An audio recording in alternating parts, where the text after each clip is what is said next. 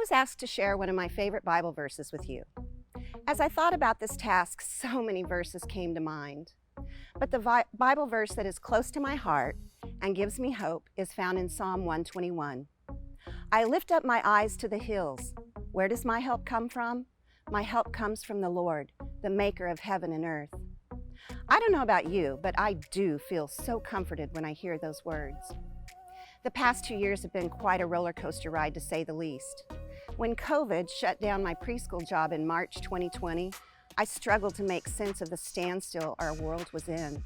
But the Holy Spirit would intercede by taking my thoughts to meditate on these words. Where does my help come from? It comes from the Lord. That reminder brought me the hope I needed to manage my fears of what life had become.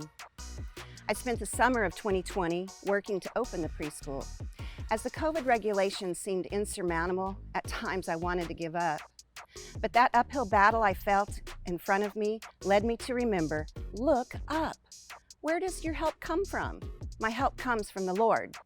The promise from God told me I was not alone in my desire to fill the classrooms of our preschool again.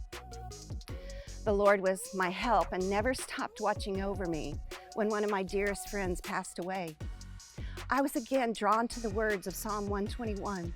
My help is from the Lord, the maker of heaven and earth. God's promising words carried me through those dark days of grief. Then there were the wildfires that came eerily close to our community. The skies were so grim, and the feeling of helplessness came again. I continuously set my thoughts on God's words. Where does my help come from? My help comes from the Lord. After the smoke finally cleared from the fires, I remember taking a long walk one day. As I took in deep breaths of fresh air and admired the beauty of seeing the hillside as the sun was shining in that majestic blue sky, my mind was filled with joy as these words sang in my head. I lift my eyes to the hills, and where does my help come from? The Lord.